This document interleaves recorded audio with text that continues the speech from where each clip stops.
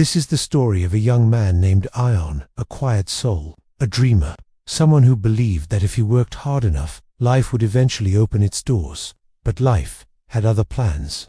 Ion lived in a small town where the roads were dusty, the nights were quiet, and dreams often felt too big for the place that held them. He worked in a mechanic shop, fixing engines that were louder than the thoughts in his own head. His father had passed away years earlier, and since then, Ion carried the weight of the family on his shoulders. His mother was sick. His younger sister was still studying. The bills were stacking up like mountains, and no matter how hard he worked, nothing seemed enough. Every night, he walked home under the dim streetlights, feeling the heaviness in his chest. He prayed, not loudly, not with fancy words, just a few quiet sentences whispered into the night sky. Ya Allah, show me a way, please.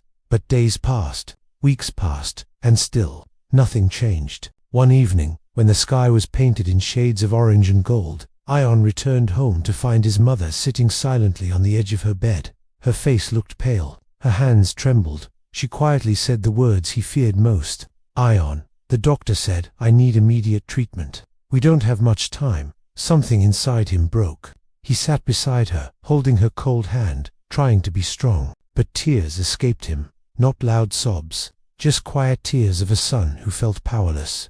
That night, Ion stepped outside. The wind was cold. The street was empty. He looked up at the sky, feeling more alone than ever. Why, God, he whispered. I am trying. I am not giving up. So why is everything getting harder? There was no reply, just silence. Deep, heavy silence. The next morning, Ion went to work with tired eyes and a heavy heart. The shop felt louder that day. The heat felt harsher. Even the tools felt heavier in his hands. While he was working on an old car, the owner, an elderly man, watched him closely. You look troubled. Beta, the old man said gently. Ion forced a smile. Just tired. But the old man didn't believe him. He stepped closer, noticing Ion's shaking hands, his weak smile. What's wrong? He asked softly. Something about that moment made Ion open up. Maybe it was exhaustion, or the old man's kind eyes, or maybe it was God's timing. Ion explained everything. His mother's illness, the bills, the fear of losing her, the pain of feeling helpless. The old man listened without interrupting. When Ion finished, he simply said, Come with me. Confused, Ion followed him outside. The old man opened the trunk of his car and took out an envelope. Inside was an amount of money Ion had never seen in his life. Sir, I can't take this, Ion said, shaken. The old man smiled softly. I'm not giving it to you. He placed the envelope gently into Ion's hands. I'm returning it. Ion looked at him, confused. The old man continued, Years ago, your father helped me when I was struggling. He loaned me money and told me, give it back only when you find someone in need, like I was. I've been waiting. Until today. Ion's heart froze. His father, a debt he never mentioned. A kindness done quietly, years ago. Now returning at the exact moment Ion needed it most. His hands shook. His eyes filled. He felt something inside him shift, something warm, gentle, and overwhelming. The old man placed a hand on his shoulder. Your father believed in God's plan.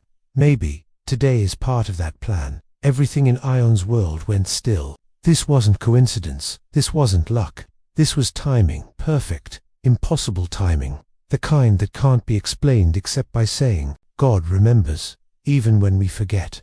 Ion took the money with trembling hands and rushed home. His mother received the treatment she desperately needed. Slowly, she began to heal.